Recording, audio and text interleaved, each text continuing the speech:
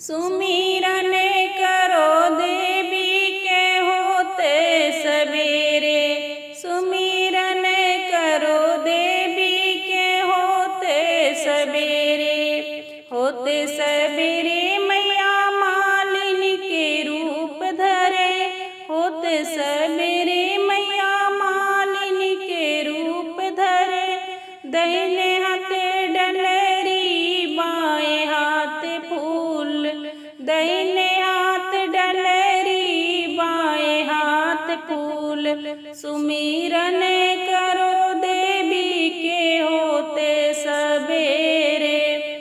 सुमिरन करो देवी के होते सवेरे। होते दोपहरी मैया काली के रूप धरे। होते दोपहरी मैया काली का रूप धरे।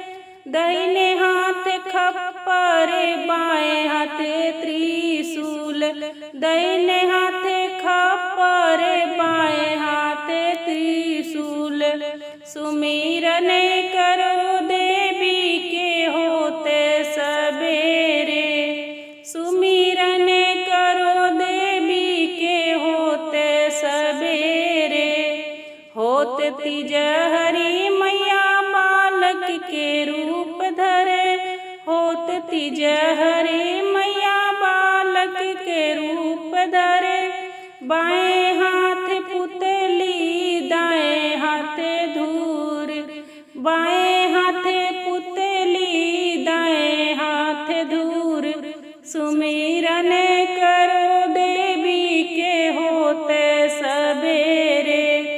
सुमिरन करो देवी के होते सवेरे।